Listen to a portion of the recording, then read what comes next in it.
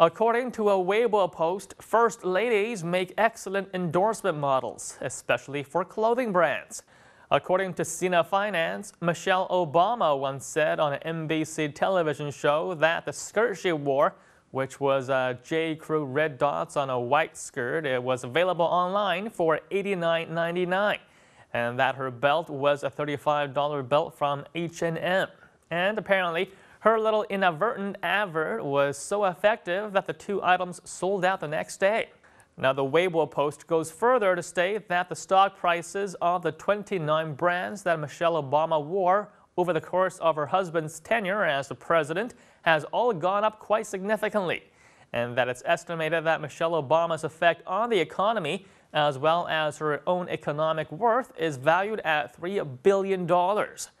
But do Chinese Weibo users agree? And what do they think of having powerful politicians as fashion icons? Well, let's take a look at some of their comments.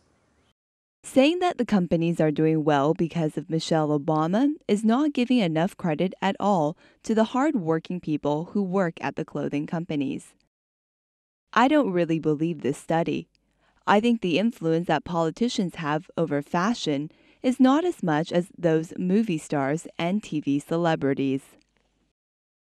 Chinese brands need to establish brand recognition through quality. That's the biggest problem. We don't have quality. The problem with Chinese brands is that we don't have any breakthroughs. We copy, we emulate, we steal. In the end, our brands are not really our own. They are just cheap imitations, and those who are wealthy would rather buy the originals. Politicians are terrible fashion icons. Look at the Chinese tunic suit. Look at how many Chinese leaders wore that. It's still not popular today. Many internet commenters are saying that the Chinese First Lady Peng Liyuan is also promoting the Chinese clothing industry to an amazing degree.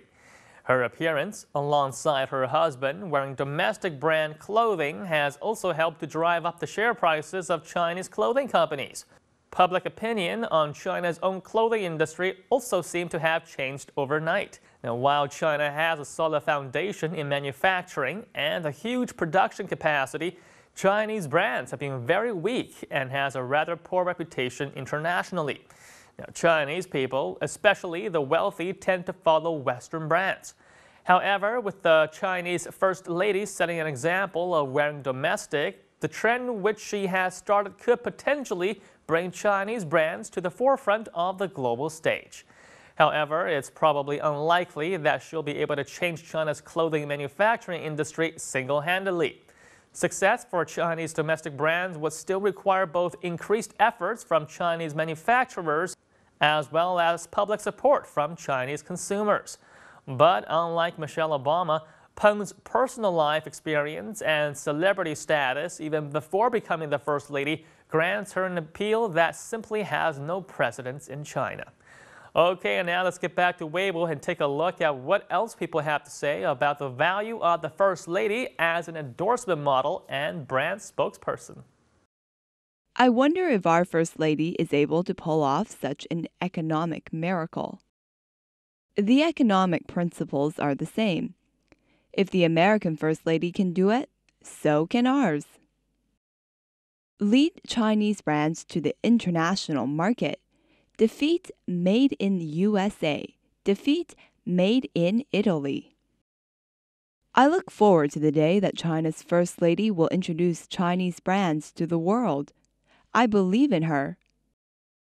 I hope this opportunity will stimulate China's clothing manufacturing industry. The First Lady herself is a brand. I think the First Lady is a very marketable idea. I think the Chinese First Lady is probably worth more than $3 billion. If there was a stock, I'd buy it. China's First Lady is starting to have an effect on the domestic market. Now, President Obama probably isn't aware of this, but he is also a very popular endorsement model for Chinese products. Now, we've covered on previous programs how there's a series of English teaching material based on his speeches. And he was also featured on giant billboards and ads for a real estate project that sold luxury condos. However, we're not sure if the president ever received any payments or royalties from his many photoshopped endorsements in China.